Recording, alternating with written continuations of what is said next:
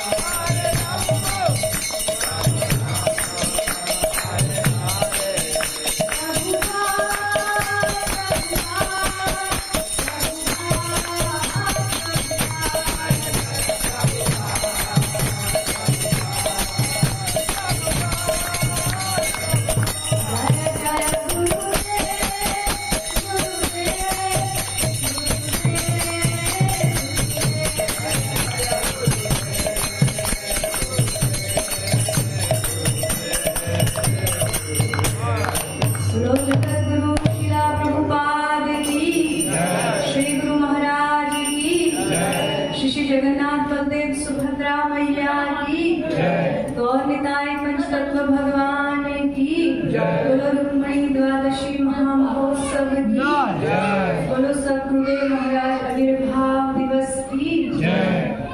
हरे कृष्ण। जय।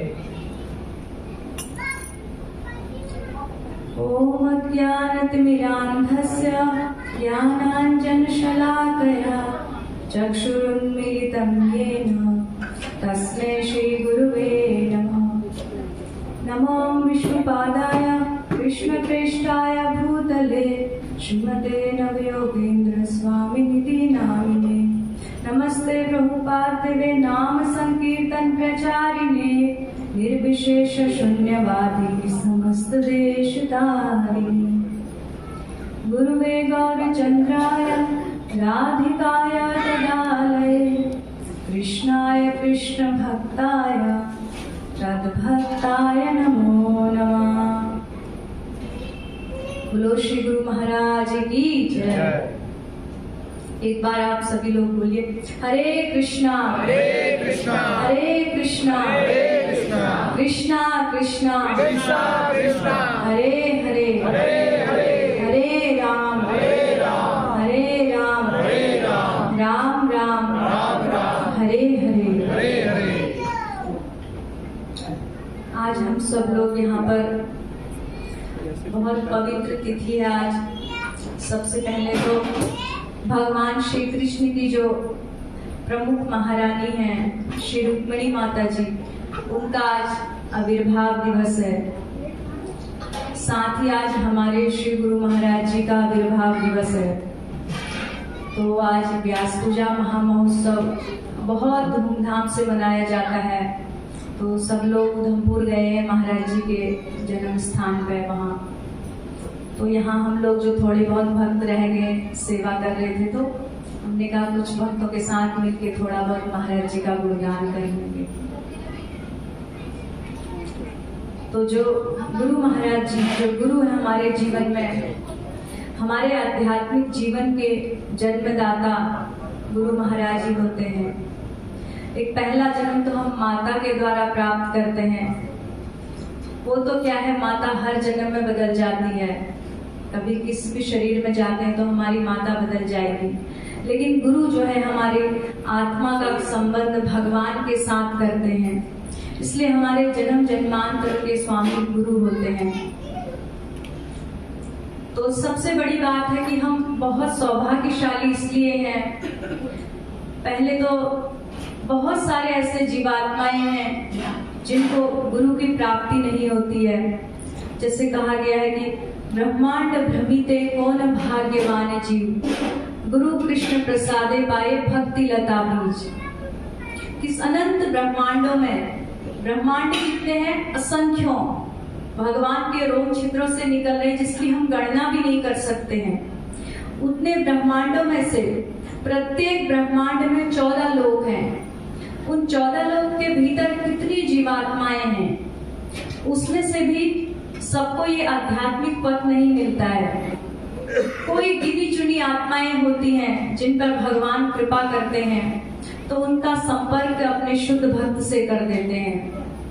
तो ऐसे जब भगवान ऐसा संपर्क करते हैं तो क्या होता है, हमें प्रमाणिक गुरु की प्राप्ति होती है। खाली गुरु मिलने से भी नहीं है, गुरु तो कितने ऐसे बना देते हैं जो हमें सही पथ पर, हम जिससे पथ से भटक जाते हैं। जो एक प्रमाणिक गुरु है वह मिलना बहुत सौभाग्य की बात है। तो जब हम सबको इतना बड़ा सौभाग्य मिल गया है, गुरुदेव ने हम सबको कंठी प्रदान करके भगवान के साथ हमारा संबंध जोड़ दिया है। जब भगवान से हमारा संबंध जुड़ जाता है तो हम स्वयं से ऐसा संबंध भगवान से नहीं जोड़ सकते हैं। हम चाहें कि हम खुद भक्ति कर लेंगे, लेकिन बिना गुरु के माध्यम के भगवान को हम नहीं पा सकते हैं। बद्ध जीव की जो इतनी क्षमता नहीं है कि भगवान को पा सके, क्योंकि वो अनादि काल से भटक रहा है इस जन्म मृत्यु के चक्र में। जब कोई शुद्ध भक्त उसको भगवान के साथ जोड़ता है, तभी उसका भगवान की तरफ रुख होता है। कहा गया है भागवतम में, दुर्लभो मानुषो देहो देहिना क्षण भंगुरो तत्रापि दुर्लभम मन्ये वैकुंठ प्रिय दर्शन। पहले तो इतने 84 लाख योनियों में एक मनुष्य शरीर मिलना ही बहुत दुर्लभ है।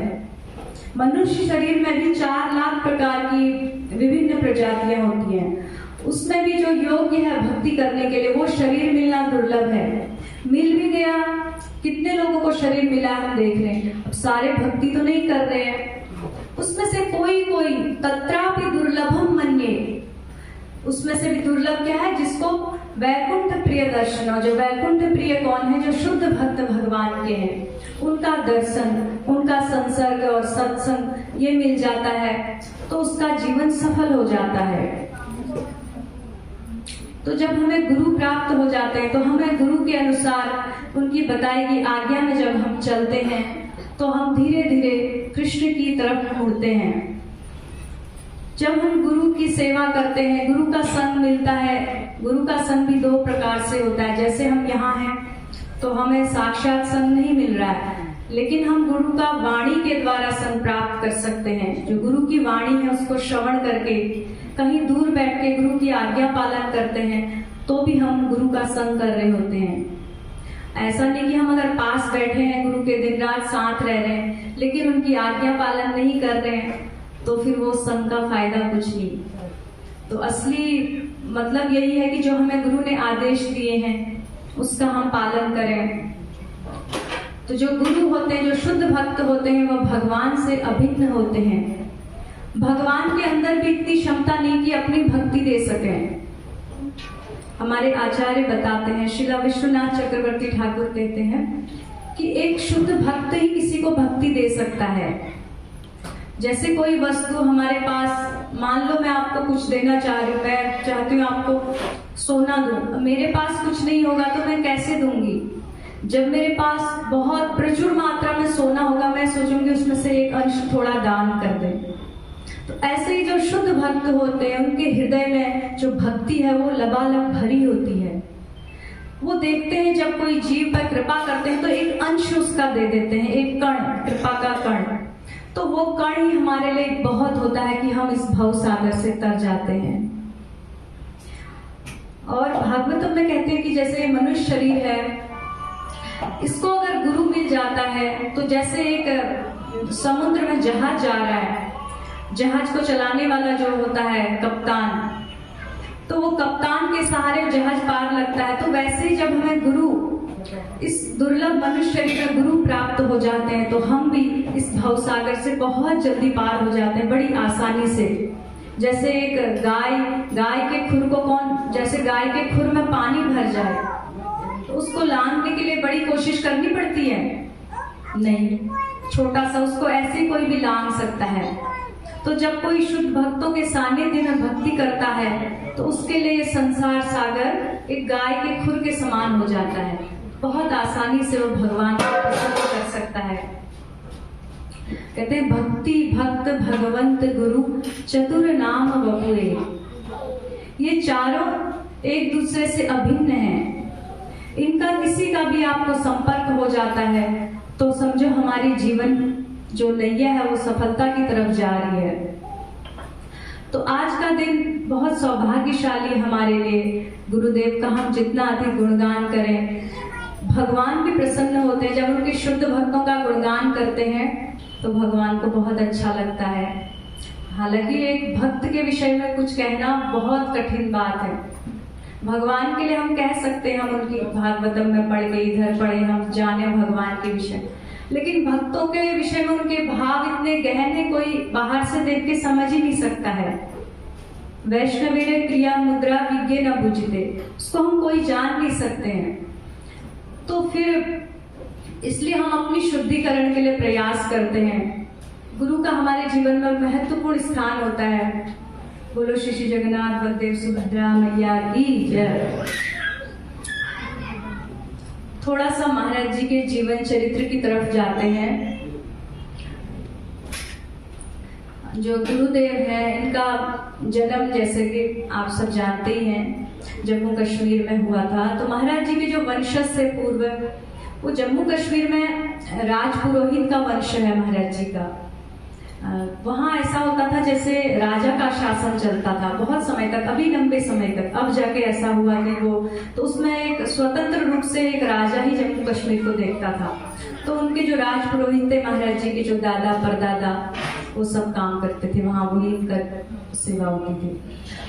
तो महाराज जी का अपने परिवार में, महाराज जी अपने 6 भाई बहनों में सबसे छोटे हैं।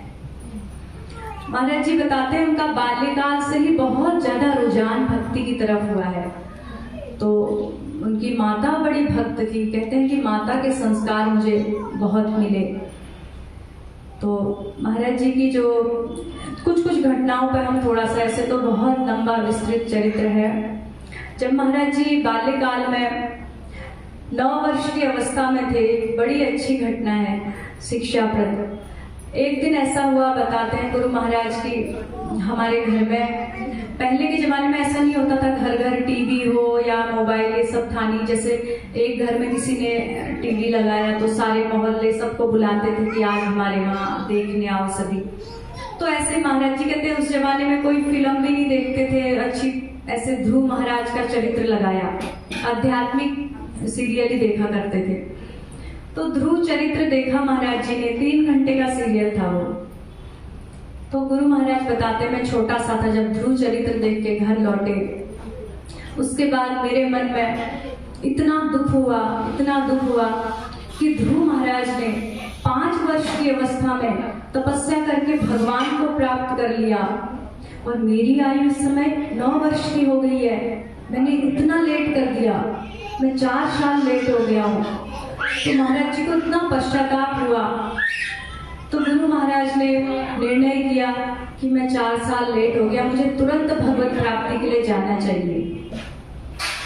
अब इस विषय पर विचार करते हैं। महाराज जी चले गए। अच्छा, महाराज जी ने क्या किया कि जंगल में ध्रुव महाराज ने तपस्या की। तो उस समय बच्चे के सोच जितना सोच सकते थे, उन्होंने 2 गमछे लिए, अंगोछा लिया, महाराज जी बताते हैं, और मैंने एक माचिस की डिब्बी ली कि तपस्या करूंगा तो पैंट शर्ट पहन के नहीं कर सकते हैं, तो अंगोछा पहनूंगा, एक दूसरा बदलने के रख लूंगा। और जब तपस्या करते हैं ऋषि मुनि तो उसमें आग जलानी पड़ती है, जंगल में मुझे माचिस कौन देगा।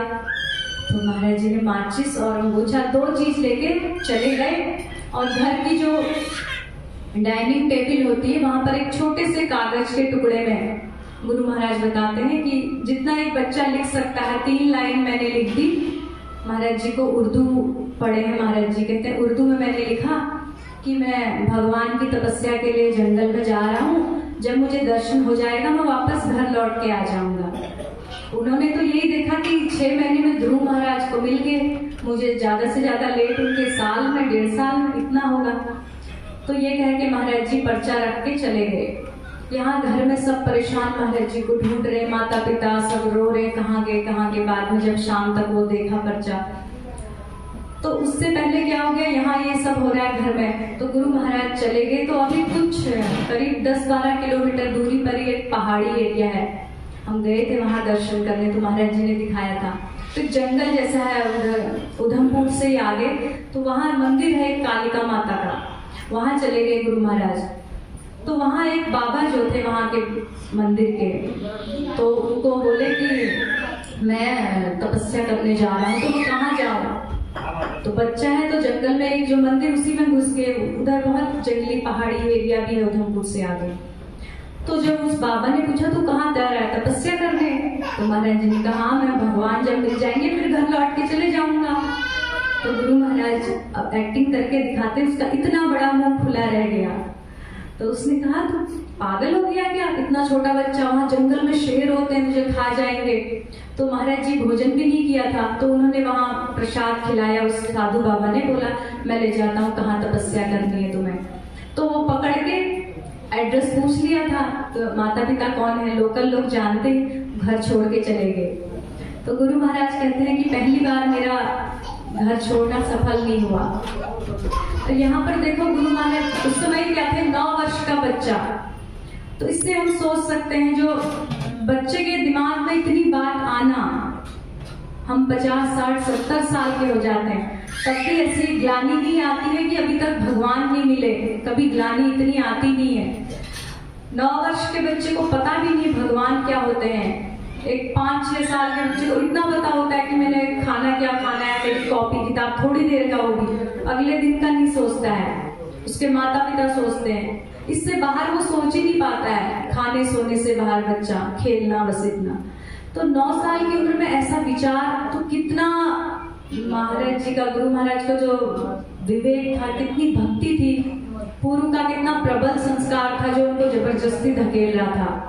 तो फिर गुरु महाराज बताते कि फिर दूसरी बार फिर उन्होंने घर छोड़ा।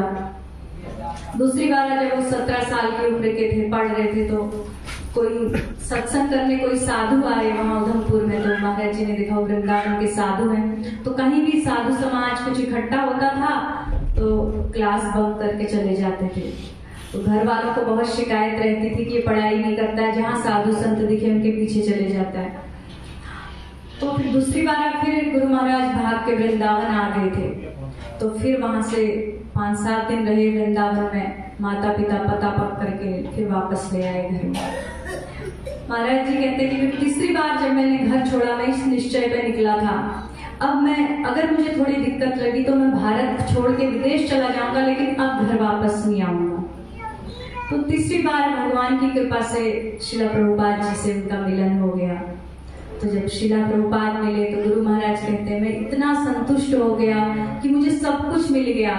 उसके बाद आज तक कहते मैं इतना आनंदित हूँ कि कुछ रह ही नहीं गया मुझे पाने के लिए। शिला प्रभुपाद के बहुत जल्दी गुरु महाराज ने दीक्षा, ब्राह्मण दीक्षा, एक ही दिन में सब हो गया था। वो उसके पीछे भी ऐसा था, गुरु महाराज ब्राह्मण थे तो इनका बहुत छोटी उम्र में यज्ञोपवीत संस्कार हो गया था, तो जिसके कारण ये हमेशा जनेऊ धारण करते थे। तो जब वहाँ दीक्षा का समय होता तो कुर्ता उतार देते हरिनाम चादर में। तो भारतीय शिष्य प्रभुपाद के समय बहुत कम थे, तो जो विदेशी शिष्य थे उनको जनेऊ वगैरह के बारे में इतना पता नहीं होता। तो उन्होंने शिला प्रभुपाद से जाके बताया कि इन्होंने ब्राह्मण दीक्षा के बगैर ही जनेऊ धारण किया है। तो शिला प्रभुपाद ने बुलाया गुरु महाराज को, तो बोला ठीक है, अभी हम तुमको दूसरा जनेऊ देंगे, अब तुमको ब्राह्मण दीक्षा देंगे। तो गुरु महाराज कहते हैं, एक ही दिन मेरी सुबह हरिनाम दीक्षा हुई 10-11 बजे के करीब, और शाम को रात के समय ब्राह्मण दीक्षा हो गई। इस तरह महाराज जी का जीवन धीरे धीरे भगवान की ओर, प्रभुपाद जी को पाके फिर गुरु महाराज के जीवन में हम सबसे अधिक अगर देखते हैं तो 2 चीजों का बहुत ज्यादा है।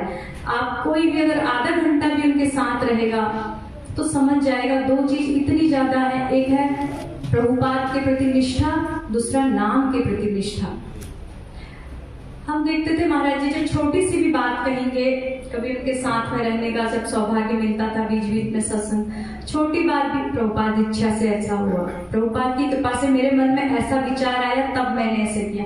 अपने जो विचार है वो भी प्रभुपाद को समर्पित किए हैं, कुछ अलग है ही नहीं। इवन गुरु महाराज जब सुबह उठते हैं डेली, जब नहाने जाते हैं तो नहाने जाने से पहले भी प्रभुपाद को बताते हैं कि प्रभुपाद मैं नहाने जा रहा हूँ। तो आप इससे सोच सकते हैं कि उनकी एक एक क्रिया, मन, वाणी, कर्म से कितना प्रभुपाद के प्रति समर्पण है। और नाम के प्रति निष्ठा दूसरा बहुत ज्यादा है। गुरु महाराज का जैसे श्री रूप गोस्वामी ने कहा है कि 8-9 भक्ति के लक्षण हैं जो किसी व्यक्ति में दिखते हैं तो हमें सोचना चाहिए इसके अंदर शुद्ध भक्ति का प्रादुर्भाव हो रहा है। शांति, अव्यर्थ कालत्वम, विरक्तिर्मान शून्यता, आशा बंधु समुत्कंठा, नाम गाने सदा रुचि। तो उसमें जो मैंने देखा गुरु महाराज का अव्यर्थ कालत्व इतना ज्यादा है कि हर समय भगवान नाम का स्मरण, इतना उनका अपने चैंटिंग का इतना बड़ा मतलब नियम रहता है कि पूरा ही नहीं होता है। इवन जब महाराज जी को जब तंद्रा, जैसे हम नींद आने वाली है तो उसके बाद जब बेड में जाके लेटते हैं तो कितना समय बचता है, 5 मिनट। जब किसी को ऊँगता है, कोई व्यक्ति तंद्रा आती है तो बिस्तर में जाके लेट जाता है, तो उस बीच के लिए भी गुरु महाराज ने अपने पास छोटी सी एक माला रखी है। उस माला को उस बीच में जब तक पूरी नींद ना आए उसमें छोटी माला करते हैं कि बड़ी माला पूरी होने से पहले नींद आ जाएगी। इतना अधिक उनका नाम के प्रति समर्पण है। तो जैसे जैसे शुद्ध भक्तों के विषय में श्रीमद् भागवतम में भगवद गीता में भगवान ने सब बताए हैं लक्षण, ये सब इन शुद्ध भक्तों में दिखते हैं प्रत्यक्ष रूप से। श्रीला प्रभुपाद जो थे एक भगवान के द्वारा भेजे गए एक ऐसे दूत थे जिन्होंने, कहते हैं कि ना ऐसा कार्य किसी ने पूर्व में किया ना कोई कर सकेगा, ऐसा कार्य प्रभुपाद जी ने किया। तो ये प्रभुपाद के साथ जो उनके सारे शिष्य हैं सब उनके पार्षद हैं, प्रभुपाद की मदद करने के लिए इस आंदोलन में आए हैं। तो हम सबका ये सौभाग्य है कि उनका संग हमको मिल रहा है, तो हम भी उनको कुछ अपनी ओर से जितना हो सके हम भी उनके साथ सहयोग दे सकते हैं। वो तो अपने गुरु की आज्ञा में लगे हैं।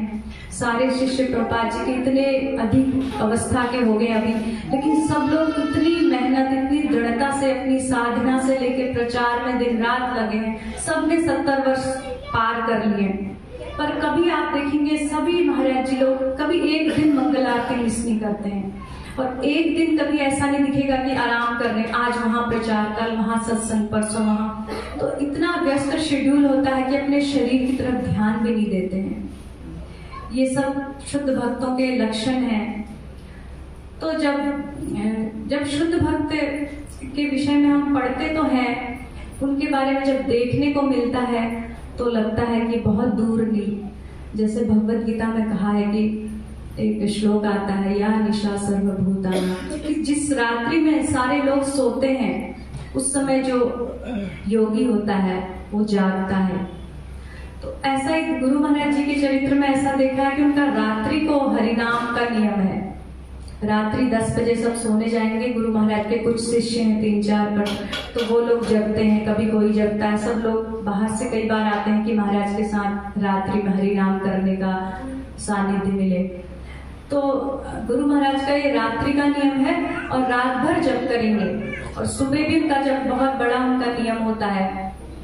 तो महाराज जी के साथ हम जब रहे तो कई बार ऐसी ऐसी चीजें देखने को लगी। जब वो भगवान की किसी चैतन्य चरितामृत पर कथा चलेगी तो जब प्रसाद पाते हैं तो नियमित रूप से कई वर्षों से ऐसा नियम है कि प्रसाद के समय मौन रहते हैं। ये आज का नियम नहीं, गुरु महाराज बताते हैं कि जब वो अपनी युवा अवस्था में थे तभी उन्होंने नियम रख लिया था कि प्रसाद के समय कभी बोलेंगे नहीं। तो अब क्या करते हैं, हमेशा एक भक्त कोई कथा श्रवण कराता है, कभी भागवतम, कभी गीता, कभी प्रभुपाद की किसी बुक्स पे चलता रहता है। तो जब चैतन्य चरितामृत पर कथा चलती है तो भक्तों को बड़ी वो होती है कि आज चैतन्य चरितामृत का ऐसा टॉपिक आने वाला है। जब कभी कोई करुण टॉपिक आता है तो क्या होता है, महाराज उस दिन प्रसाद ठीक से ले नहीं पाते हैं। कथा चल रही होती है तो उसमें इतने भावुक हो जाते हैं कि प्रसाद की थाली रखी रह जाती है। तो इतना सब कुछ मतलब शुद्ध भक्तों के विषय में देखने को मिलता है जो हमने सुना है भागवतम में। इतना सौभाग्य मिलने के बाद भी यदि हम अपने जीवन को सफल नहीं कर पाते हैं तो फिर इससे ज्यादा तो अब दोबारा मिलेगा नहीं, क्योंकि कलयुग का इतना प्रभाव हो रहा है। ऐसे संत जैसे प्रभुपाद के शिष्य इस समय हैं, ऐसे अब दोबारा शायद ही मिल पाए जल्दी। तो इतने करुणामय होते हैं साधु संत। कहते हैं कि एक भगवान और एक भगवान के शुद्ध भक्त, यही ऐसे हैं जो बिना किसी स्वार्थ के जीवों से प्रेम करते हैं। नहीं तो भक्तों को क्या चाहिए, उनके हृदय में भक्ति है ही, भगवान से प्रेम है, वो क्यों इतना कष्ट सहे, क्यों प्रचार कार्य में लगे? हमारे जीवों के उद्धार के लिए। हम सब शिष्यों के दीक्षा देते हैं तो हम सब शिष्यों के कर्मों का बोझा अपने ऊपर लेते हैं, हमारे पूरे जीवन की नहीं, पूरे आत्मा की जिम्मेवारी लेते हैं कि अब भगवान के धाम तक पहुंचाना है। उसके लिए हमको हमें वो डांटेंगे भी, हमें कभी स्नेह से कभी डांट के कैसे भी वो भगवान की तरफ ले जाते हैं। हमें लगता है कई बार क्यों हमारे पीछे पड़े, पर वो हमारे कल्याण के लिए हमारे पीछे पड़े हुए। तो ऐसे गुरुदेव के जन्मदिन पर उनके विषय में हम लोग श्रवण कर पाएंगे तो हमारी श्रद्धा जागृत होगी। गुरु की आवश्यकता जीवन में महत्वपूर्ण है। किसी भी क्षेत्र में जाते हैं तो एक न एक कोई होता है, हमें गाइड चाहिए।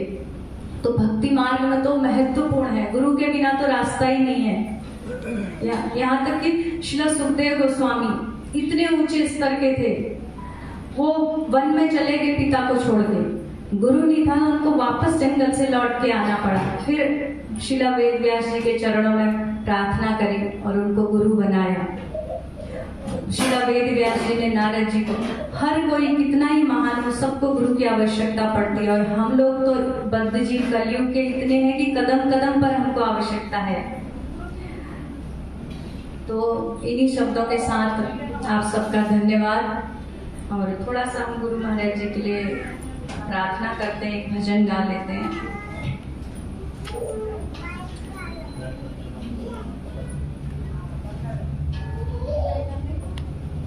ओहे वैष्णव ठाकुर दया रे सागर, हे दास करुणा करी।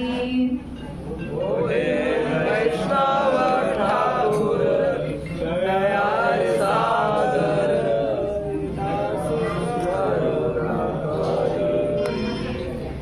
ओहे वैष्णव ठाकुर दया रे सागर, हे दास करुणा करी।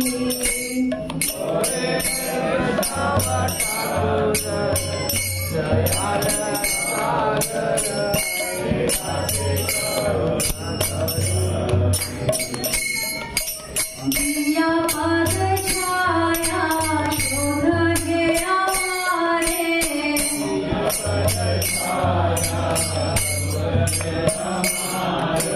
दिया पद छाया शोध हे हमारे,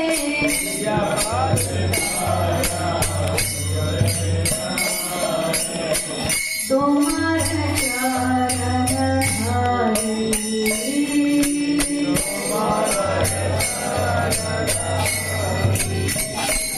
ओहे वैष्णव ठाकुर दया रे सागर, दास करुणा करी।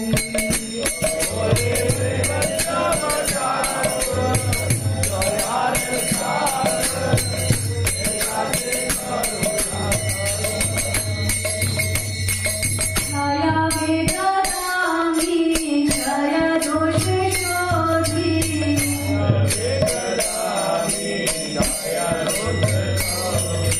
छाया वेदामी छाया दोष शोधी,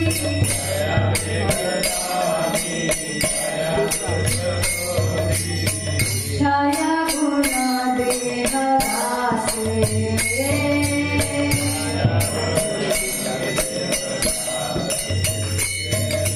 छाया सत्संगा देहो ये हमारे, छाया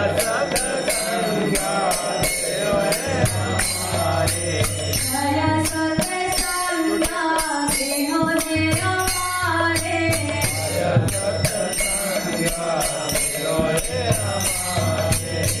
बस चिकन मेरा आसे।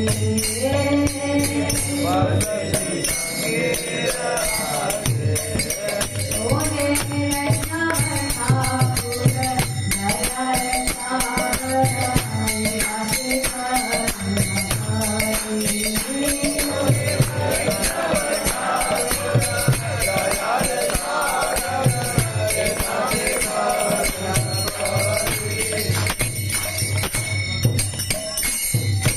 ऐसा किया माया नाही पाया वाला, ऐसा किया माया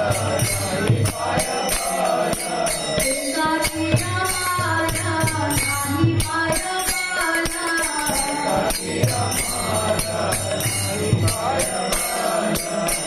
हरि नाम संकीर्तने,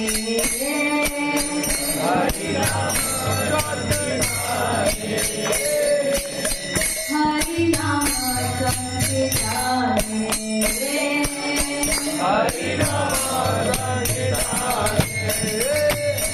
तुम्ही कृपा करी श्रद्धा बिंदु दिया,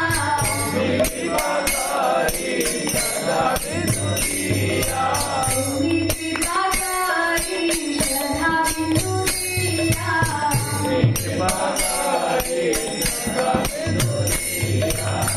देखा कृष्ण नाम धारे, देखा कृष्ण नाम धारे, ओहे